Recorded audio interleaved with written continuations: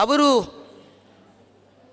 ವೇಗವಾಗಿ ಭಗವಂತ ನಿನ್ನನ್ನು ಹೊಂತಾರೋ ಅಥವಾ ಲಕ್ಷ್ಮೀದೇವಿಯ ಉಪಾಸನೆ ಮಾಡಿದವರು ಅವರು ನಿನ್ನನ್ನು ಹೊಂತಾರೋ. ಯಾಕಂದರೆ ಭಗವಂತ ಹಿಂದೆ ಹೇಳುವಾಗ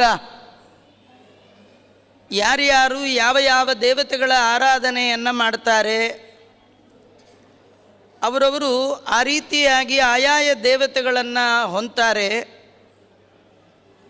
ನನ್ನನ್ನು ಆರಾಧನೆ ಮಾಡುವವರು ನನ್ನನ್ನೇ ಹೊಂತಾರೆ ಅಂತ ಅಲ್ಲಿ ಹೇಳುವಾಗ ಲಕ್ಷ್ಮೀ ಸಾಮಾನ್ಯಳಲ್ಲ. ವೇದಗಳಲ್ಲಿ ಅವಳನ್ನು